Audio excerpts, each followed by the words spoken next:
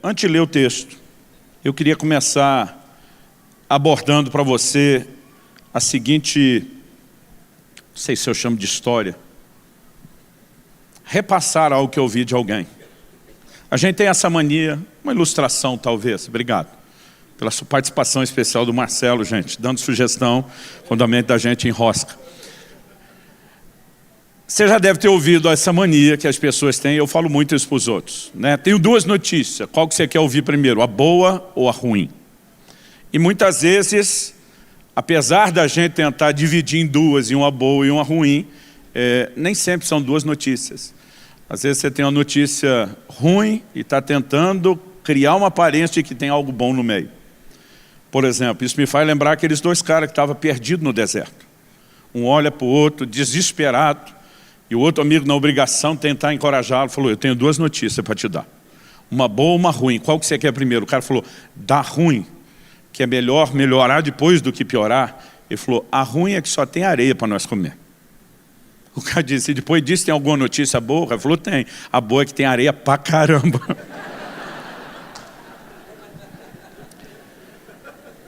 A tentativa, muitas vezes, de dizer que tem uma notícia boa e uma ruim, já fiz isso com amigos que me convidaram para pregar num evento. Eu digo, olha, tem uma notícia boa e uma ruim. Diz, qual é a ruim? A ruim é que eu não posso atender o seu convite. Ele dizia, a boa é que em algum outro ano a gente pode tentar de novo. E eles ficam me olhando com a cara assim, de não tem nada de bom nisso, você está só mascarando a notícia ruim. Por que eu estou tentando te fazer pensar nesse prisma? Porque Deus deu uma notícia. E o tema da minha mensagem hoje é notícia boa ou ruim? Vamos lá para Êxodo, capítulo 33. E nós vamos ler a partir do versículo 1, a princípio até o 6. Mas eu gostaria que você deixasse esse texto de Êxodo 33 aberto. Disse o Senhor a Moisés, vai, sobe daqui, tu e o povo que tiraste da terra do Egito, para a terra a respeito da qual jurei a Abraão, a Isaque e a Jacó, dizendo, a tua descendência a darei. Enviarei o anjo adiante de ti. Lançarei fora os cananeus, os amorreus, os heteus, os cerezeus, os heveus e os jebuseus. Sobe para uma terra que mana leite e mel. Eu não subirei no meio de ti, porque és povo de dura serviço, para que não te consuma eu no caminho. Verso 4. Ouvindo o povo essas más notícias, pôs-se a prantear, e nenhum deles vestiu seus atavios. Porquanto o Senhor tinha dito a Moisés, dize aos filhos de Israel, és povo de dura serviço, se por um momento eu subir no meio de ti, te consumirei. Tira, pois, de ti os atavios, para que eu saiba o que te hei de fazer. Então os filhos de Israel tiraram de si os seus atavios, desde o monte Horebe em diante. Deixa o texto aberto aí, por gentileza. Nesse momento específico da história de Israel, eu não sei se você está situando que a declaração aí do capítulo 33, ela vem logo depois de um episódio narrado no capítulo 32, que é enquanto Moisés está 40 dias e 40 noites na presença do Senhor, recebendo dele os mandamentos, o povo faz para si um bezerro de ouro, se afasta do Senhor. Naquele momento nós temos um distanciamento, um claro ato de rebeldia por parte do povo, e o Senhor nesse momento declara a Moisés, primeiro ele diz, eu vou consumir, eu vou destruir esse povo. Moisés diz, faz isso não, perdoa esse povo, não desista da gente. Nesse momento Deus, depois de ter resolvido o assunto, diz, ok, eu perdoei e não vou destruir. Mas ele pega e diz assim, eu vou cumprir a promessa que eu fiz aos patriarcas. Eu vou sustentar aquilo que eu falei e prometi, a minha promessa vai se cumprir. Eu ainda vou enviar um anjo à frente de vocês, para que ele certifique que haja todo o nível de intervenção e livramento que vocês precisam para viver o cumprimento da promessa. O Senhor diz, mas eu não vou no meio de vocês. Talvez para a maioria das pessoas, isso pudesse ser interpretado como uma notícia boa. O Senhor vai cumprir a promessa que fez. Aquilo que encheu o nosso coração de expectativa vai acontecer. Aquilo que Deus um dia prometeu vai se concretizar. E não apenas porque a gente vai se esforçar e produzir sozinho, mas vai haver intervenção do céu para que a promessa feita sobre nossas vidas se cumpra e se realize. Todo o início da conversa parece ser uma boa notícia. No entanto, quando o Senhor diz, mas eu não vou no meio de vocês, vocês vão ter a minha intervenção, vocês vão ter a minha bênção, vocês vão ter o meu favor, levando vocês a viver o cumprimento daquilo que eu anunciei, mas vocês não terão a minha presença com vocês no caminho. É nessa hora que esse povo, chamado por Deus de um povo de dura serviço, algumas traduções mais modernas, que são mais por equivalência do que por literalidade, fala de um povo teimoso, fala de um povo rebelde, porque a cerviz dura é o pescoço duro, é a incapacidade de se curvar, seja diante de um ato de reverência diante do Senhor, ou na linguagem, né, do jugo que eles colocavam sobre o animal, a dificuldade de dobrar o pescoço e se colocar debaixo do governo ou da liderança do Senhor. É nesse momento que o povo começa a chorar. A Bíblia diz que o povo pranteou. A Bíblia diz que o povo abriu mão dos seus atavios. Essa palavra aqui traduzida como atavios, ela fala de ornamentos. Algumas traduções modernas dizem das suas joias. Aliás, eles fizeram isso não só nesse momento, mas dali em diante. A Bíblia diz, a partir de Horebe, eles já não mais usaram os seus atavios ou as suas joias. Algo está acontecendo aqui. Já faz um mês e pouquinho que Deus chamou a atenção do meu coração para essa declaração de uma notícia que é considerada e classificada como má. A reação do povo nos mostra que eles interpretaram como má. Mas a Bíblia mostra que ouvindo eles essas más notícias. Então, na perspectiva de Deus e do registro bíblico, apenas ter a mão de Deus trazendo bênção, apenas ver as coisas dando certo circunstancialmente falando, apenas ver intervenção de Deus no sentido de algo que nós podemos desfrutar aqui no padrão terreno. No entanto, mesmo tendo isso, que aparentemente seria a classificação da boa notícia, não ter a presença dele para desfrutar, a Bíblia apresenta como uma má notícia. O que claramente nos mostra que não existe nada de maior importância do que eu e você entendermos, desfrutarmos e valorizarmos a presença de Deus. A bênção do Senhor tem lá o seu lugar. A Bíblia diz que em Hebreus, no capítulo 11, no versículo 6, a Bíblia diz que Deus é galardoador, recompensador, abençoador daqueles que o buscam. Mas muitas vezes a gente deixa de dar devida importância ao abençoador.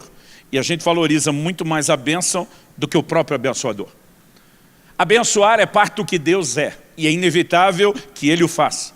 Mas quando eu e você relacionamos com Deus, baseados no interesse apenas daquilo que Ele pode fazer por nós, apenas daquilo que Ele pode nos dar, isso mostra que eu e você já estamos caminhando para um outro lugar, de não valorizar quem Deus é. E essa situação, ela é vivida pela nação de Israel. Ainda que nesse momento haja arrependimento, haja pranto por parte do povo, o comportamento deles, e não apenas nesse momento, nós percebemos que é parte de um ciclo, de algo que se repete. E todas essas histórias não foram registradas na palavra de Deus à toa. Eu gosto sempre de citar que Paulo em 1 Coríntios 11:10 diz, essas coisas lhes aconteciam, está falando da nação de Israel, e foram escritas para advertência nossa, para nosso exemplo, de quem são chegados os fins dos tempos. Então eu quero que a gente pense um pouquinho a respeito dessa forma de olhar para o abençoador interessado na pessoa dele, ou apenas de querer desfrutar a bênção. Porque muitas vezes a gente percebe como as pessoas ficam paralisadas num relacionamento onde o importante é ter algo de bom da parte de Deus e não necessariamente a presença dele. Aliás, é nesse momento que eu acho que cabe aqui a gente dar uma olhadinha no que a palavra de Deus descreve ter sido o comportamento de Jacó. A palavra de Deus nos mostra lá no livro de Gênesis, se for rápido de endereço, eu quero que você ache comigo e acompanhe. Gênesis, no capítulo 32. A Bíblia fala que Jacó tem um encontro. Outro dia alguém me perguntou, pastor, isso aqui é um homem, é um anjo ou é um Deus? Ou é Deus? Né? A palavra de Deus chama de homem ou varão, e essa expressão que aqui aparece na verdade, ela rotula aquilo que Jacó está vendo e ainda não sabe exatamente do que se trata. A Bíblia se refere como um anjo, mas se refere como o próprio Deus. No final do encontro, Jacó diz, eu vi Deus face a face. O que nos leva a concluir que esse era na teologia nós temos um termo para isso, uma teofania. Uma aparição limitada em glória e expressão de poder de Deus. Ou é quase que Deus descendo a paisana no meio de nós, não dando, né, na cara. Assim como a palavra de Deus mostra que Abraão recebe, além de um anjo, um deles é chamado de o anjo do Senhor, no artigo singular. Esse homem aparece a Jacó. E a Bíblia diz que Jacó está só, verso 24. E lutava com ele um homem até o romper do dia. O verso 25 diz, vendo este que não podia com ele, Jacó não está dando conta de lutar. Vendo este que não podia com ele, tocou-lhe na articulação da coxa. Então, ao longo de toda a luta, há uma determinação por parte de Jacó. E quando esse homem, anjo, Deus, teofania, percebe que a luta está ficando intensa, ele toca na coxa de Jacó. E ele diz assim, me deixa ir, pois já rompeu o dia. Respondeu Jacó, não te deixarei ir, se não me abençoares. Perguntou-lhe, pois, como te chamas? Ele respondeu, Jacó. Então diz, já não te chamará Jacó, e sim Israel, pois como príncipe lutaste com Deus e com os homens e prevaleceste. Aqui ele mesmo está anunciando que foi uma luta com Deus. Tornou Jacó, diz e rogo-te, como te chamas? Respondeu ele, por que perguntas pelo meu nome? E o abençoou ali. Aquele lugar chamou Jacó Peniel, pois disse, vi Deus face a face, e a minha vida foi salva. Você conhece o episódio. Agora olha que interessante. Jacó sabe que está lutando com alguém, que embora aparentemente, vou abrir aspas, ele está vencendo a luta. Eu brinco isso é que nem meu filho quando era bem garoto, e a gente lutava e ele achava que ganhava de mim. Quando ele percebe que está vencendo a luta, e essa pessoa pede para sair e diz, eu não te deixo embora antes de me abençoar. Ele sabe que não é uma pessoa qualquer. O que me deixa muito confuso a respeito da disposição dele de estar lutando contra alguém que não é uma pessoa qualquer e que ele precisa da bênção. E quando no fim das contas ele diz, não te deixarei enquanto não me abençoares, me parece, fica implícita a ideia, a possibilidade de interpretação disso, de que desde o início o que ele queria era a bênção. E de repente, nós temos um cenário onde Deus está ali com Jacó e diz para ele, me deixa embora. Jacó olha e diz assim, não te deixarei enquanto não me abençoares. E a gente fica empolgado com esse episódio. E a gente até canta, e Jacó segurou o anjo. E a gente diz, é isso, irmão, tem que lutar pela bênção. Agora, gente, vamos pensar de forma fria o que é que o Jacó fez. O Senhor diz, olha, eu estou me retirando, minha presença está saindo. Ele diz, não antes de me abençoar. E depois de abençoar, depois vaza. Não tenho mais nada com você. A atitude de Jacó, ela reflete uma incapacidade dele de compreensão de algo muito maior que Deus tinha. E de alguma forma, ou por alguma forma ou razão, nós transformamos isso num modelo. Nesse momento, quando Deus dá a notícia, em Êxodo 33, minha presença não vai no meio de vocês, a atitude de Moisés é completamente diferente da dele. Vocês deixaram marcado, se não volta lá, Êxodo 33. A partir do versículo 12, depois a gente leu do 1 até o 6, daqui a pouco nós vamos ler do 7 ao 11, eu vou pular para o 12. Versículo 12, disse Moisés ao Senhor, tu me dizes, faz subir esse povo, porém não me des saber quem há de enviar comigo. Como tu disseste, conheço-te pelo teu nome, também achaste graça aos meus olhos. Moisés está dizendo, o Senhor disse que me conhece pelo nome, que eu achei graça aos seus olhos, e agora o Senhor está me dispensando, para isso sem você. Verso 13, agora pois, se achei graça aos teus olhos, rogo-te que me faça saber nesse momento o teu caminho, para que eu te conheça e ache graça aos teus olhos e considera que essa nação é teu povo. Porque você viu como começa a conversa lá no versículo 1? Deus fala para Moisés, pega o teu povo que você tirou da terra do Egito. Eu lembro de uma vez que eu vi isso acontecer entre meu pai e minha mãe.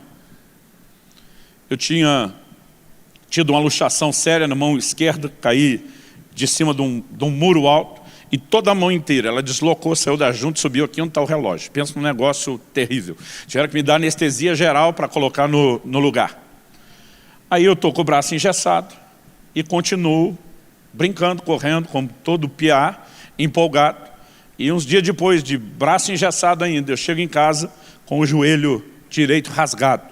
Né? Mas rasgado assim, eu caí em cima de Estava num terreno, caiu em cima de um garrafão de vinho desses quebrado e rasgou assim de aparecer os ligamentos. E eu desesperado, correndo para casa, quanto mais corria, mais abria e rasgava aquilo. Quando eu chego lá, meu pai pegou um vidro de mertiolate, abriu inteiro, virou de uma vez e dizia, não dá um pio. E eu, sim senhor. Aí meu pai e minha mãe começam a discutir porque ninguém quer me levar no pronto-socorro. Para quem conhece a região de Campinas, minha prima está aqui hoje, Mário Gatti. Eu frequentava aquele pronto-socorro do Mário Gatti, que vocês não têm noção. A minha conta é que só na fase pré-adolescência deu umas 14 vezes. E quando eu chegava, os médicos, os enfermeiros já diziam, ô Luciano, você de novo? E meu pai está tão incomodado com aquilo, ele vira um vidro de mertiolate inteiro, ele não queria só garantir a asepsia, eu acho que ele queria me punir de alguma forma. E daqui a pouco ele sai, eu estou na sala da frente ali sem andar, estava sangrando bastante, sem entrar para o resto da casa. E meu pai começa a dizer para minha mãe, você vai levar. Minha mãe diz, não, você vai levar, é o teu filho, é o teu filho. Foi uma das poucas vezes que eu vi, eu já não era mais filho de ninguém. Que dependendo do que faz, meu filho, é o maior orgulho, dependendo do que fez, seu filho. E aí Deus começa essa conversa com Moisés e diz, é o teu povo. Moisés, não, é o teu povo. Eu só tirei eles do Egito que o Senhor mandou, eu não queria nem fazer isso para começar a conversa. Então nesse momento que ele está orando e fala isso, ele diz logo depois aqui no 14, respondeu-lhe, a minha presença irá contigo e eu te darei descanso. Agora é Deus falando. Verso 15, então lhe disse Moisés, se a tua presença não vai comigo, não nos faça subir desse lugar. Sabe o que Moisés está dizendo? Se não vai ter a sua presença, não interessa mais terra prometida, não interessa terra que mana leite e mel, não interessa a bênção, não interessa se tem anjo agindo em nosso favor para as coisas acontecerem. Se a sua presença não vai conosco, larga a gente no deserto. Porque não existe sentido em tentar desfrutar a bênção sem que você, o abençoador, esteja conosco. Agora, por que a gente não faz música para cantar de Moisés? A gente faz música para cantar do outro, que segurou o anjo, como quem diz, me dê sua bênção, depois vaza. Isso é a atitude de alguém maturo, que não entendeu o que é o relacionamento com Deus. Moisés está na outra ponta, no outro extremo, e está dizendo, não, se não vai conosco, não precisa de bênção, não precisa de coisa nenhuma. O que eu quero é a sua presença. E nessa hora Moisés muda o tom. Se o Senhor não vai comigo, não nos faça todo mundo sair do lugar. Sabe o que ele está dizendo? Se o Senhor não consegue ter consideração por ele, vai ter que ter por mim. Porque o Senhor diz que me conhece pelo nome e achou graça comigo. Ou o Senhor vai, ou ninguém sai. Eu me recuso a seguir adiante. Esse povo não vai a lugar nenhum. Ninguém vai a lugar nenhum. Sabe o que ele está dizendo? Não existe nada mais importante do que a sua presença. Nenhuma bênção, nenhum cumprimento de promessa, nenhuma intervenção tem valor se a sua presença não estiver conosco. Então quando o Senhor está dizendo que vai dar a terra, que vai cumprir a promessa e que vai ter anjo intervindo em nosso favor, isso não é boa notícia, é ruim. Esse povo chorou, talvez porque agora caiu a ficha para eles, mas eu quero te dizer, eu não arredo o pé, eu não vou a lugar nenhum se o Senhor não for conosco. Então algo que eu e você precisamos de fato entender é que isso não é apenas um episódio isolado na história na antiguidade. O que aconteceu em Jacó remonta a um período anterior ao de Moisés. E a gente tem períodos posteriores na Bíblia, onde o mesmo tipo de comportamento de gente que está valorizando mais aquilo que Deus faz, do que essa possibilidade de desfrutar quem Ele é. Olha, por exemplo, a geração de Eli, ela perdeu a arca da aliança. A arca era o maior símbolo da presença de Deus no meio do povo. Em Números 11, cada vez que eles estabeleciam um acampamento, havia uma declaração. Cada vez que levantavam acampamento para se mover, havia também uma declaração. Quando eles levantavam o acampamento, Moisés dizia, levanta-te, Senhor, e sejam dispersos diante de ti os seus inimigos, sempre que a arca levantava. E quando a arca parava, ele dizia, repousa, Senhor, encontre descanso entre os teus milhares, os milhares do teu povo de Israel. Eles olhavam para a arca e entendiam que não a arca em si era um objeto sagrado, mas porque Deus havia dito a Moisés, na hora de construir a tampa, com os dois querubins, o Senhor havia dito, ali virei a ti. Eles entendiam que aquilo era o símbolo da presença de Deus. A geração de Eli trata Deus como um mero amuleto. Eles já não estão adorando a Deus como deveria em Siló, onde estava o tabernáculo na ocasião. A Bíblia fala dos filhos de Eli se prostituindo dentro do templo, roubando a oferta do povo, todo mundo com descaso a Deus, mas na hora que eles vão travar a batalha contra os filisteus, até porque já havia perdido alguém tem a brilhante ideia, manda trazer a arca da aliança. Aquele Deus que eles não queriam buscar e reverenciar por quem Ele era, manda trazer. Naquele momento eles não estão demonstrando respeito por quem Deus é. Eles estão acreditando que aquilo é uma espécie de amuleto, de talismã. Vai resolver a nossa bronca, nós não vamos perder de novo. Perderam de novo, não só uma próxima batalha, perderam a guerra e perderam a arca. A presença de Deus se foi de Israel. Aí nós temos depois a geração de Davi. Davi, um dos primeiros atos que ele tem como rei, ele não é chamado de homem segundo o coração de Deus porque era perfeito. A Bíblia mostra e deixa registro sobre as imperfeições dele. Mas ele tinha um coração para tratar a presença de Deus que era diferenciado. E um dos primeiros atos reais, logo depois de ser coroado rei sobre todo Israel, porque primeiro ele foi rei sobre Judá, Davi manda trazer a arca da aliança do Senhor. Ele começa a fazer uma procissão inesquecível, histórica, para trazer a arca. Na distância de cada 6 passos havia um sacrifício sendo feito. A arca finalmente chega, ele a coloca na cidade de Davi, levanta uma tenda, um tabernáculo, que é chamado de o tabernáculo de Davi. Ali a presença de Deus era continuamente adorada. Os levitas ficavam 24 horas por dia, 7 dias por semana, ininterruptamente, declarando: o Senhor é bom, sua bondade dura para sempre. Sabe o que é interessante? A geração de Eli não conquistou nada, perdeu terreno para o inimigo e ainda perdeu a presença de Deus. Porque era gente interessada só no que Deus poderia fazer, mas não em quem Ele é. E normalmente é assim que termina a vida de quem trata Deus só como um mero amuleto ou talismã, algo que dê sorte na vida e que me ajude a ser favorecido. As pessoas acabam não tendo nem Ele e nem aquilo que achavam que teriam através dele ou que por algum tempo desfrutaram. Mas quando você olha para a geração de Davi, que traz a presença de Deus de volta à arca, foi a primeira geração que conseguiu finalmente possuir a totalidade da terra prometida que nunca haviam conquistado. Quando Davi demonstra um padrão de liderança que serve de espelho para a nação, dizendo a presença de Deus é mais importante do que qualquer favor, ele começa a chamar o povo a um lugar de rendição e adoração. Ele consegue, ao valorizar a presença, produzir um nível de conquista como nunca antes. E algo que eu e você precisamos entender é que quem busca a Deus só pelo que Ele faz vai acabar perdendo o que Ele é. Mas quem busca a Deus pelo que Ele é, inevitavelmente também terá o que Ele faz. A diferença é que o que Ele faz deveria ser para mim e para você um acréscimo daquilo que Ele é. Deveria ser só uma consequência, um plus, um efeito colateral. Porque existe algumas coisas na Bíblia que você percebe que é uma ordem clara, um padrão estabelecido por Deus. Jesus diz para Tomé: primeiro você tem que crer para depois ver. Não é ver para depois crer como você está achando que seria. Você está tentando inverter a ordem de um processo que tem uma maneira correta de funcionar. Em outro momento a Bíblia fala da lei de dar e receber. Você primeiro doa para depois receber. Tem gente querendo viver a lei do receber e dar. Não, depois que eu receber algo de Deus eu decido se eu vou ou não dar. Eu quero te dizer, a lei não funciona dessa forma. A lei nunca foi uma lei de receber e dar, ela é uma lei de dar e receber. Então primeiro você dá, Jesus diz dai, ele diz então, ser-vos-á dado, boa medida, recalcada, sacudida, transbordante, generosamente darão a vocês. E eu quero te dizer o seguinte, dentro dessa mesma lógica de um princípio que ele segue numa linha, mas não funciona de maneira invertida.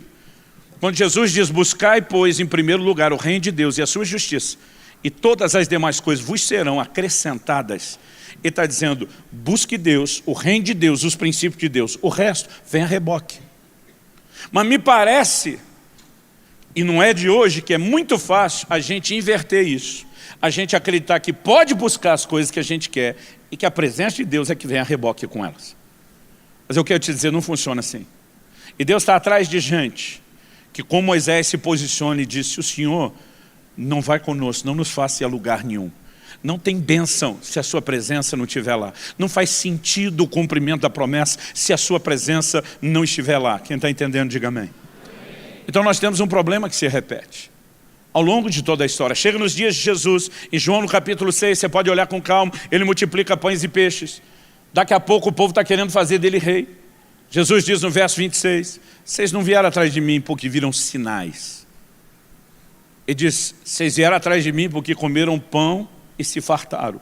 Deus diz, a barriga está cheia, e vocês estão querendo me botar como rei, mas não me reconhecer como Messias, porque tudo que vocês querem é que eu só resolva esse probleminha de barriga vazia de vocês.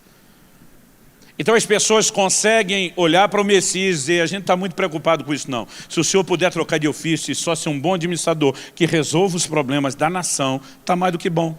Está tranquilo. Então, se o homem tem essa inclinação a agir sempre assim, a pergunta que eu e você precisamos fazer é: se esse bicho já picou tanta gente, será que eu e você estamos assim tão imunes? 10 leprosos vieram a Jesus. Todos os 10 foram curados. Só um volta a agradecer e adorá-lo. Jesus olha para esse um e pergunta para ele: onde é que estão os outros 9? Eu não acredito que Jesus estava responsabilizando ele.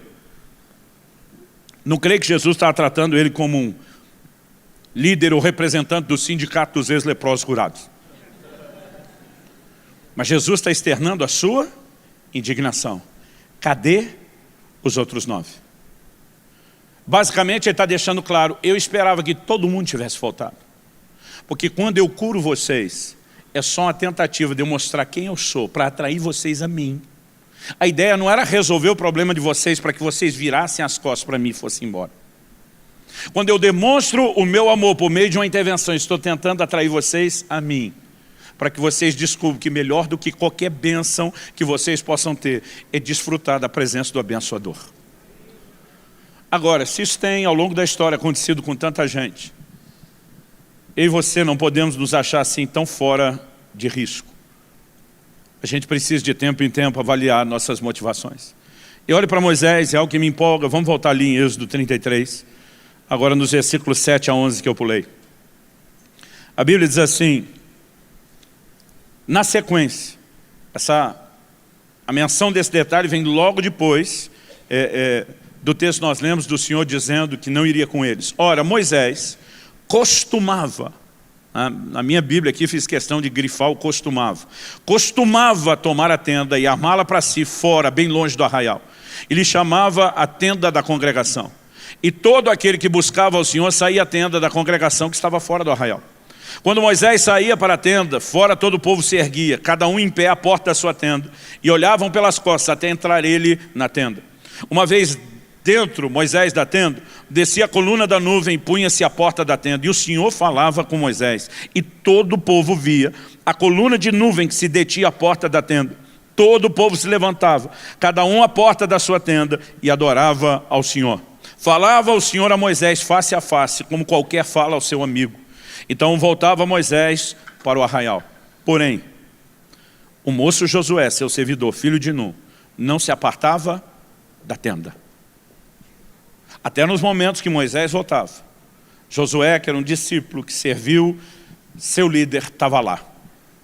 Não me admira que na hora de Deus escolher um substituto para Moisés, tenha olhado justamente para aquele que valorizava a presença. Esse mesmo Moisés, que agora na sequência vai dizer para Deus: se o Senhor não vai subir conosco, não nos faça sair desse lugar. Ele está dizendo: eu já encontrei o meu tesouro, eu já encontrei a minha herança. Ela não está numa terra que mana leite e mel. Todos os dias eu vou para aquela tenda encontrar o Senhor. Não tem nada mais importante do que isso. Quer saber? Eu prefiro tua presença num deserto sem bênção do que a bênção da terra prometida sem a sua presença. É por isso que a Bíblia diz no Salmo 103, no verso 7, que Deus manifestou os seus feitos a Israel, mas os seus caminhos a Moisés. O povo estava contente com algumas dessas coisas, apesar de terem chorado nesse momento. A Bíblia nos mostra que quando a glória de Deus se manifesta no Sinai, e o Senhor fala com Moisés, o povo diz para ele: fale o Senhor com você, depois você conta para nós. Em outras palavras, nós não fazemos questão nenhuma de ouvi-lo dessa forma tão contundente. Fala ele com você, depois você conta para nós. Muitas vezes as escolhas dessas pessoas, que pareciam estar mais interessadas no que Deus podia acrescentar do que nele mesmo, elas já estavam refletindo a falta de compromisso com Deus. Porque quando Moisés depois some, entre aspas, 40 dias e 40 noites, gente, não tinha comunicação. Deus proibiu qualquer um de subir um monte, se cruzasse uma determinada linha, seria morto. Seria fulminado pela manifestação da própria glória. Nem os animais podiam. Agora Moisés foi para aquele lugar, quase um mês e meio passa, e o Moisés não dá notícia. Não tinha um celular para receber um WhatsApp. Gente, muita glória aqui, segura a onda, daqui a pouco apareço. No final do período, a turma diz: o cara morreu, não volta mais. E eles imediatamente fizeram para si um bezerro de ouro. Porque para eles, Quer o Deus fosse de verdade, quer não. O importante é que a brincadeira e o jogo continuassem. E não importa se eles tinham visto um Deus extraordinário fazendo milagres, dá para fazer simplesmente um ídolo e chamar de Deus. A atitude deles, logo depois disso, mostra o quão desconectado eles estavam do conceito do que andar perto desse Deus. E quando eu começo a olhar essas verdades, meu coração muitas vezes se aperta, porque nós precisamos valorizar a presença de Deus. Ao longo da Bíblia, as pessoas que viveram algo diferenciado da parte do Senhor, era gente que valorizava a presença de Deus e não necessariamente um ambiente de conforto, mesmo que fosse com favor do Senhor. O que é valorizar a presença de Deus? Em primeiro lugar, eu acredito que tem a ver com essa busca que nós acabamos de ler. Porque muitas vezes a gente tem o discurso: não, Senhor, se não for para estar conosco, não nos faça sair desse lugar, ok. Mas a pessoa não tem vida de relacionamento com Deus da mesma forma.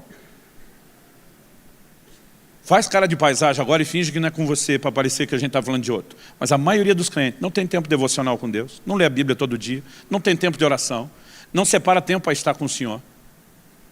Muitas vezes, quando estamos nos cultos ou reuniões das células, alguns de nós estamos lá assim, quase como fosse um culto de corpo presente. Jesus, citando Isaías, diz: esse povo me honra com os lábios, mas o seu coração está longe de mim. Gente, nós podemos fazer barulho e não estar focado no Senhor. A Bíblia diz que quando a arca, aquela mesma arca que foi perdida, quando ela é trazida ao campo de batalha, a Bíblia diz que a terra estremeceu com o júbilo da nação de Israel.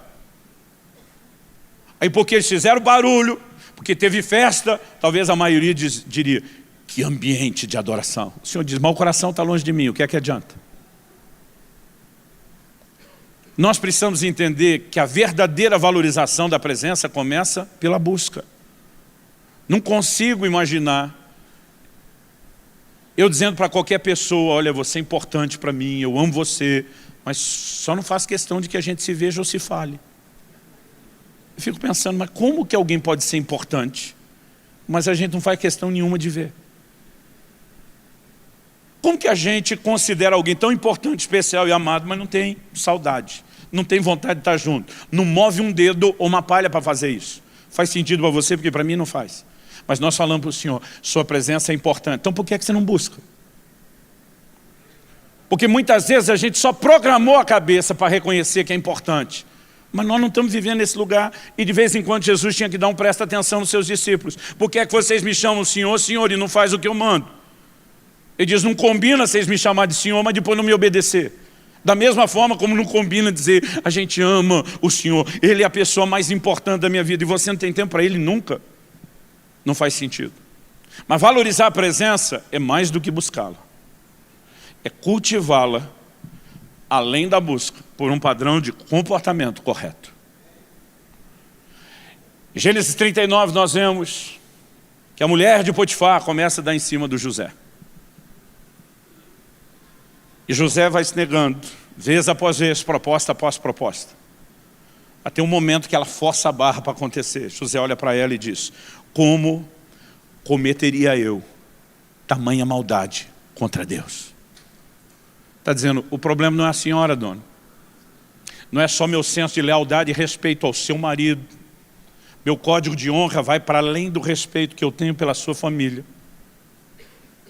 Vai pelo respeito que eu tenho para com Deus. Como eu poderia fazer isso contra Deus? Aí a gente está lendo lá a Bíblia e diz: e o Senhor era com José. E tem uns que ficam quase com inveja. Mas por que comigo não? Por que você acha que não? Porque o José cultivava essa presença não só por meio da busca, mas por meio de um comportamento de não afastá-lo através dos pecados. Agora nós temos um monte de gente que vive continuamente uma quebra de princípios e se pergunta: por que ele não está perto? Por que você acha? E sabe, decidir ter a presença de Deus, que não significa que você vai estar na melhor circunstância. Moisés estava falando: se for para perder a presença, não abrimos mão da terra, vamos ficar aqui no deserto. Deserto com o Senhor é melhor do que terra prometida sem o Senhor. Porque bom não é a circunstância, é o Deus que dá sentido a qualquer circunstância. É isso que ele estava dizendo. Então você vai olhando homens, por exemplo, José nessa altura do campeonato, irmão, você acha que estava vivendo o melhor momento da vida dele? Traído pelos seus irmãos, vendido como escravo. A maioria de nós olharia e dizia, isso aí Deus virou as costas. Só que enquanto ele está na casa de Potifar, a Bíblia diz, e o Senhor era com ele. Daqui a pouco ele é preso injustamente, a Bíblia diz, e o Senhor era com ele. Nós precisamos parar de pensar e acreditar nessa ideia de que o Senhor é conosco, só medindo isso por circunstâncias favoráveis. Deus está dizendo para o povo, eu vou colocar vocês na terra, eu vou garantir que vocês cheguem lá, eu vou abençoar vocês com o anjo intervindo para que dê tudo certo, mas não vou estar junto. Tem gente que as circunstâncias estão boas e Deus não está presente. Tem gente que não está vivendo nenhuma circunstância favorável, mas Deus está presente. E a parte boa de ter Deus presente é que a circunstância desfavorável com Ele não vai permanecer sempre desfavorável. Já quem está na favorável sem Deus pode ter certeza que a favorável também não vai permanecer sempre favorável.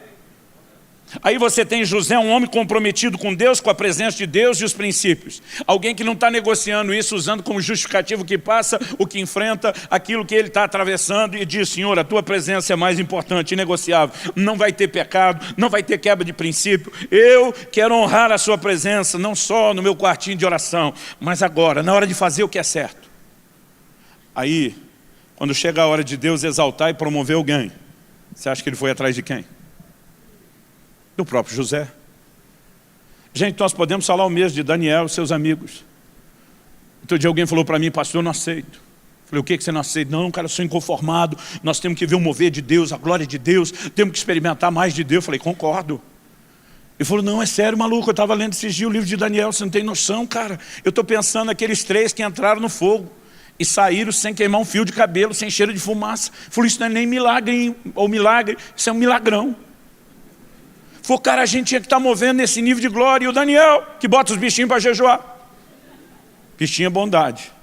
E dá um desespero de imaginar a cena de uma cova cheia de leões.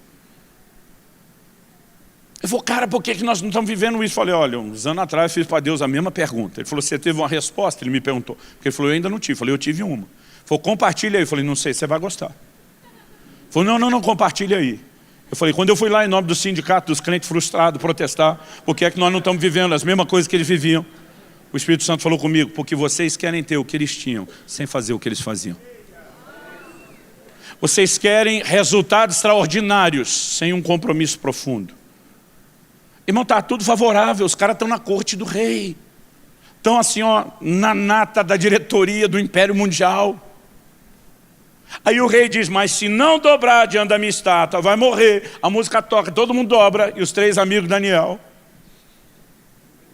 Eu não sei se estivesse no meio deles, você endergueria um pouco a cabeça. Aqui não. O rei fica furioso, semi-endemoniado. É aquele estágio que ainda dá para piorar depois. Aí diz, ó, vocês estão entendendo, a música vai tocar de novo, e vocês vão ter que dobrar. Não, rei, nem se deu o luxo de tocar a música de novo. Porque nós não vamos dobrar. Se não dobrar, vai morrer. Eles olham para o rei e dizem, então mata. Não, vocês estão entendendo. Eu vou matar vocês, vocês vão morrer. Ele diz, morta quem dobrou diante da sua estátua. Nosso Deus diz, só o Senhor teu Deus adorarás, e a Ele servirá. Não fará para ti imagem de escultura, nem se curvará diante dela. Não vai rolar. Então vou matar vocês. Então mata. A gente estava dizendo, honrar a presença dele é mais importante do que viver. Se for para viver sem honrá-lo, encurta logo esse sofrimento. Acaba logo com a vida da gente. Aí vem o Daniel. A turma cria um complô para tentar pegar Daniel. E você acha que Daniel, vivendo no meio daquelas cobras, não sabia com quem ele estava lidando? Aí baixaram um decreto, durante tanto tempo ninguém pode fazer petição a Deus nenhum, a não ser ao imperador. Daniel vai lá e abre a janela e diz, assista galera, já que vocês estão aí mesmo para me pegar. E vai orar. Mas Daniel, você vai morrer, então mata. Porque meu compromisso com ele não está em negociação. É essas pessoas de compromisso profundo na Bíblia, como o próprio José, que não se entrega à mulher de Potifar, que Deus está olhando, dizendo, esse eu posso levantar, esse eu posso usar, esse eu posso honrar. Tudo começa da valorização da presença. Mas a valorização da presença não é só o tempo devocional. A maioria de nós já não está passando nem no primeiro nível. E depois de valorizar o momento devocional, nós precisamos ter um padrão de vida que o honre, que não o afaste. Quem está entendendo, diga amém. Essa lição para mim é muito clara, é muito forte. Deus está dizendo, vocês são um povo teimoso, dura serviço, não submete, o que é que eu vou fazer no meio de vocês? Então o que ele estava dizendo é o seguinte, gente, Não é bem assim que eu sou um Deus carente precisando da adoração de vocês. Se vocês não querem interagir com a minha presença, corresponder, por que é que eu vou perder tempo com vocês? E quando a gente começa a considerar isso na verdade precisa fazer a gente repensar a maneira como nós estamos andando diante de Deus, a maneira como nós estamos caminhando. E acredito que nessa noite especial de ceia, onde celebramos a nossa comunhão com o Senhor, a gente precisa dar uma boa olhada e uma boa vasculhada dentro do nosso coração. É muito fácil a gente se enganar sobre as nossas motivações. Alguns anos atrás, o Senhor me perguntou por que é que você já não gasta tantas horas em oração como você fazia no início da sua caminhada. Para Deus, pois é, casei, tive filho, comecei a pastorear. O Senhor sabe a trabalheira que isso dá. Ele falou, não, isso é a desculpa que você usa. Antes de começar o ministério, você queria tanto viver as minhas manifestações. E te convenceram que esse era o preço para tê-las, então você decidiu pagar. E depois que você alcançou o que queria, você já não precisava gastar tempo buscando o que você já alcançou. A maior parte desse tempo que eu estava orando era para ter resultados no ministério, na obra de Deus. Não achava que mesmo uma coisa aparentemente, abre aspas, fecha depois, tão nobre, a gente possa se confundir e trocar as bolas. Todos nós estamos suscetíveis a entrar só no piloto automático de vida cristã. E de repente está perseguindo só o cumprimento da promessa. E garantindo que se Deus estiver ajudando a gente chegar lá, então é sinal de que está tudo certo conosco. Eu quero te dizer, não é. O fato de você até estar vivendo bons resultados não significa que Deus esteja avalizando seus métodos. Ele fala para Moisés, fala a rocha, ela vai dar água. Moisés, ao invés de falar, vai lá e fere. E deu água. O povo que não sabia a forma como deveria ser feito, está tudo certo. Talvez até na cabeça de Moisés e Arão funcionou. Fizemos do nosso jeito, mas funcionou. Deus chama os dois depois para uma conversa e diz, vem cá os dois bonitão diante de mim. E diz, porque vocês me desonraram, vocês não vão entrar na terra prometida. Mas o Senhor deu água. Mas o fato de tá dando resultado não significa que eu estou avalizando nada na vida de vocês. Às vezes nós ficamos tentando avalizar se Deus está conosco olhando as circunstâncias. Irmão, se fosse olhar por esse prisma, José estava lascado sem Deus. Aí vai ler o Salmo 73. O salmista começa num questionamento, que é uma revolta que já deu na maioria de nós. Por que prosperam os ímpios? Poderia ser o título desse salmo. Pô, os caras estão melhor do que a gente. Porque a gente acha que sinônimo de ter favor de Deus tem a ver com a circunstância. A maior parte das vezes, querido, eu acredito que Deus nem acelera tanto as circunstâncias pelo tanto que a gente se distrai com elas. Lá no final do Salmo, o salmista diz, até que entrei no santuário de Deus e vi o fim deles. Uma eternidade sem Deus, uma ausência de comunhão com Ele. E diz, não, eles não estão bem. Quem está bem na fita é nós. Talvez a gente não esteja com a mesma conta bancária, talvez a gente não esteja com os mesmos luxos e prazeres, mas quem está bem na fita é quem cultiva a presença. Se hoje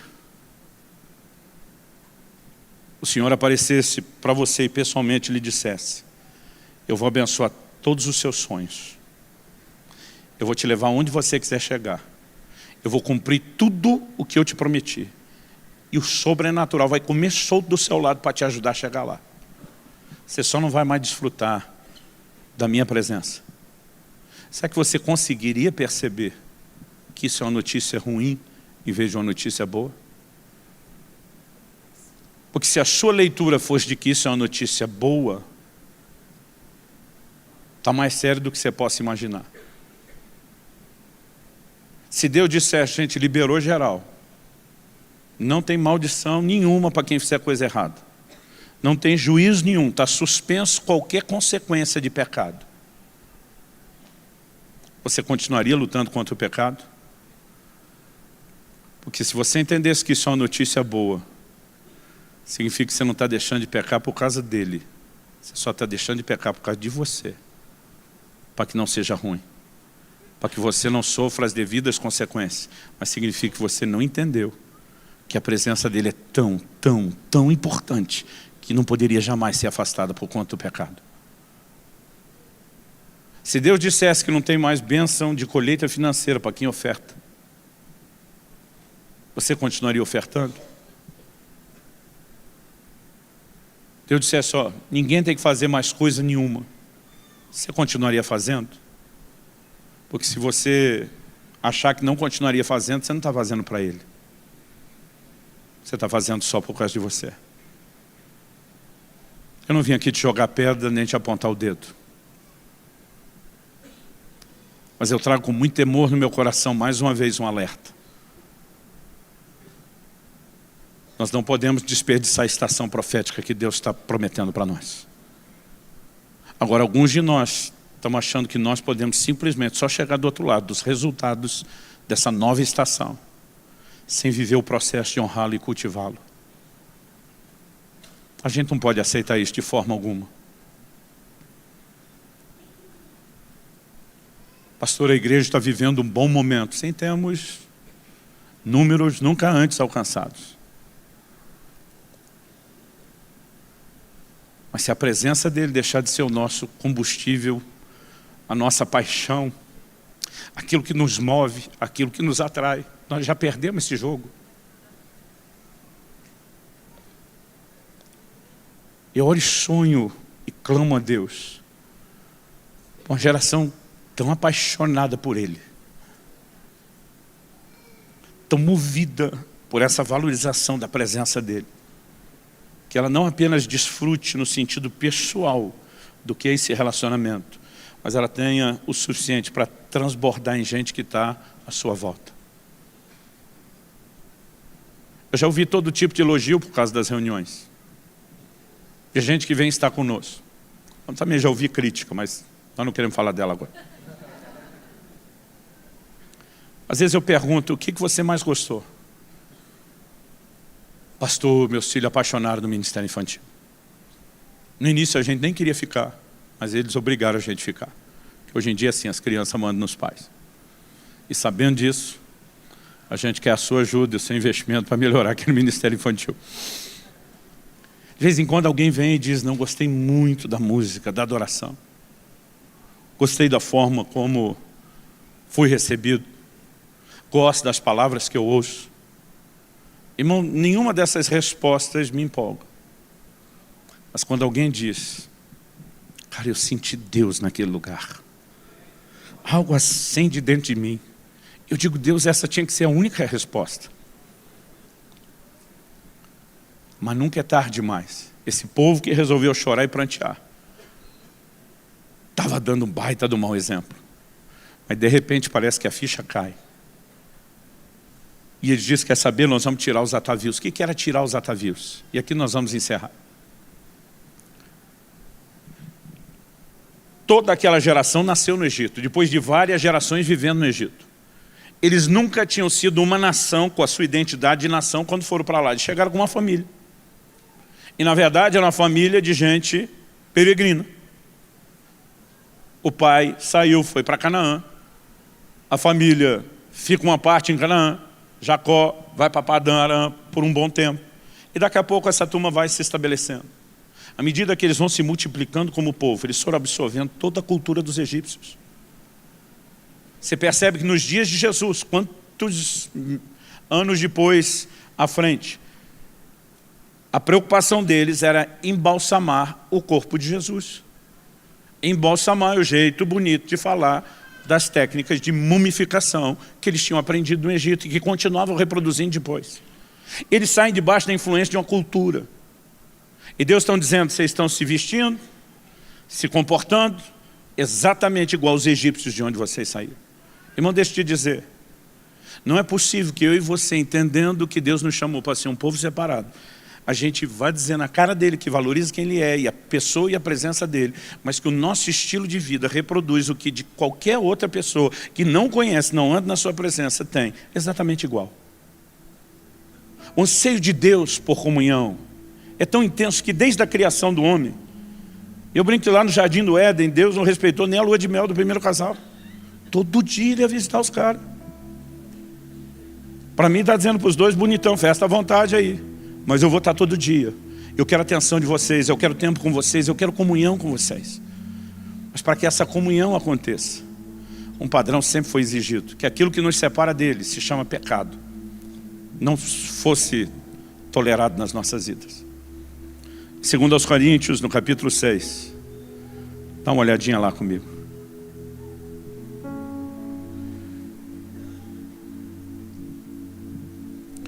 Paulo pergunta no versículo 16, que ligação há entre o santuário de Deus e os ídolos? Porque nós somos santuário do Deus vivente. Como ele próprio disse, habitarei e andarei entre eles. Serei o seu Deus e eles serão o meu povo. Ele está dizendo, eu não quero ser o Deus distante nos altos céus. Eu quero habitar e andar no meio de vocês. Ou na linguagem que a gente usa, eu quero estar junto e misturado. Eu quero estar perto. Eu quero ser o Deus de vocês. Mas no verso 16, 17 ele diz, por isso, então, portanto, por causa disso, retirai-vos do meio deles, separai-vos, diz o Senhor, e não toqueis em coisas impuras, e eu vos receberei. E ele diz então, e serei vosso pai, e vós sereis para mim filhos e filhas, diz o Senhor Todo-Poderoso. Aí o capítulo 7, que vem na sequência, inicia no verso 1 dizendo, tendo portanto, tendo pois amados, tais promessas. Quais promessas? Habitarei e andarei no meio deles. Eu serei o seu Deus, eles serão o meu povo. Eu os receberei, verso 17. 18, eu lhes serei por pai. Eles me serão filhos e filhas. Todas as promessas indicam proximidade, intimidade. E diz, tendo portanto tais promessas, purifiquemo-nos de toda impureza, tanto da carne como do espírito, aperfeiçoando a santidade no temor de Deus. Nesse momento eles entendem, foi mal. Nós te afastamos com a nossa conduta e o nosso jeito de ser. Não só com interesse naquilo que o Senhor faz, o desprezo pelo que o Senhor é, mas com o nosso estilo é. A partir dali, há uma mudança na identidade de uma nação. A Bíblia diz, nunca mais usaram seus atavios ou as suas joias. Então o ponto mais importante não é como você chegou aqui. Talvez você chegou aqui e diga, pastor, quanto mais o senhor fala, mais vergonha eu fico. Mas o mais importante não é como você chegou aqui, é como você vai sair.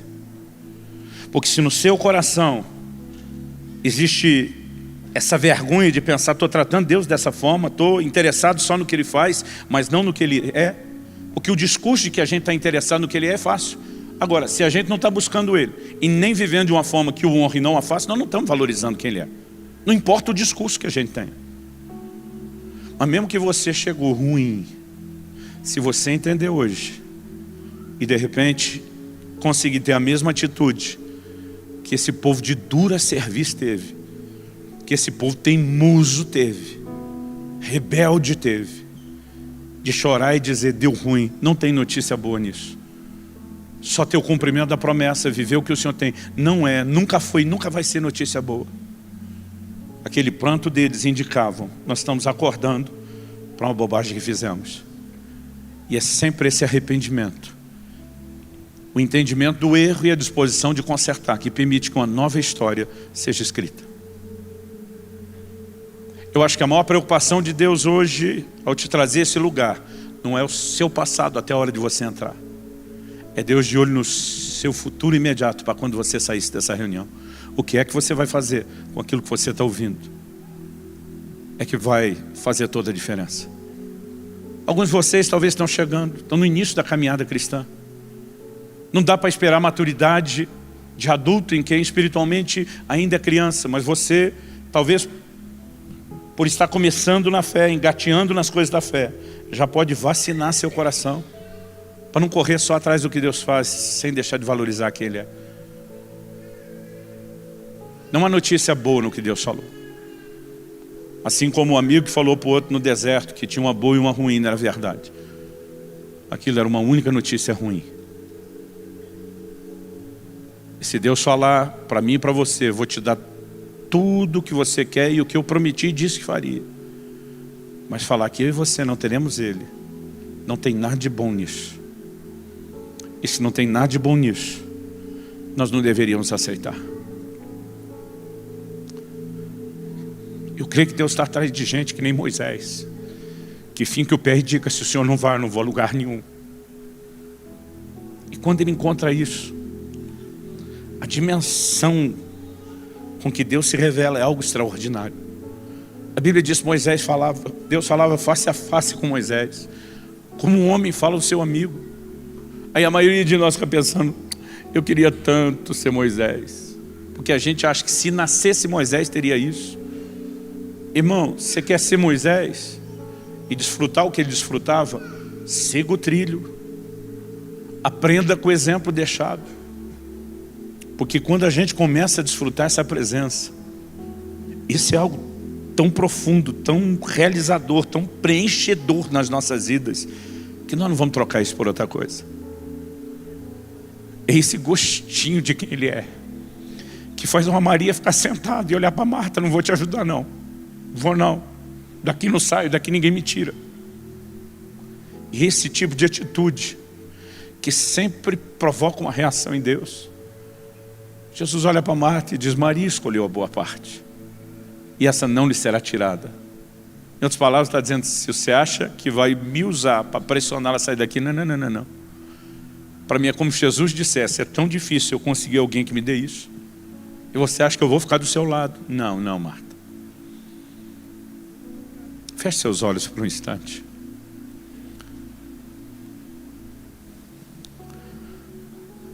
Nós precisamos do teu toque, Espírito Santo.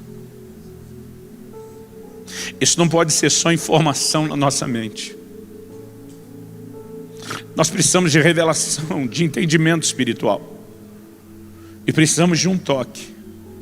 Um toque talvez desperte aquele senso de saudade. O toque que nos leva ao arrependimento. E nós clamamos pelo teu toque hoje. Nós sabemos que o Senhor não nos trouxe a esse lugar e não falou dessa forma ao nosso coração para nos colocar debaixo de culpa ou condenação.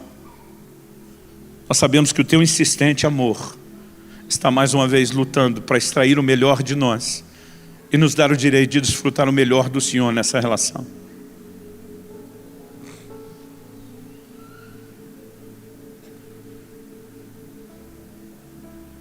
E nós somos gratos, porque mesmo quando nos corrige, o Senhor está expressando não apenas seu amor, mas a sua disposição de lutar para que esse relacionamento se torne cada dia melhor. E nós queremos isso. Portanto, queremos nos arrepender diante do Senhor. Queremos entender a mesma mensagem que o Senhor deu ao anjo da igreja de Éfeso. Lembra de onde caíste, arrepende-te e volta à prática das primeiras obras. Eu oro que nessa noite o Senhor possa nos ajudar a lembrar o lugar onde já estivemos, onde já andamos, e que essa recordação produza um senso de saudade que nos leve a lutar para ter de volta aquilo que tem sido comprometido. Nós oramos em nome de Jesus.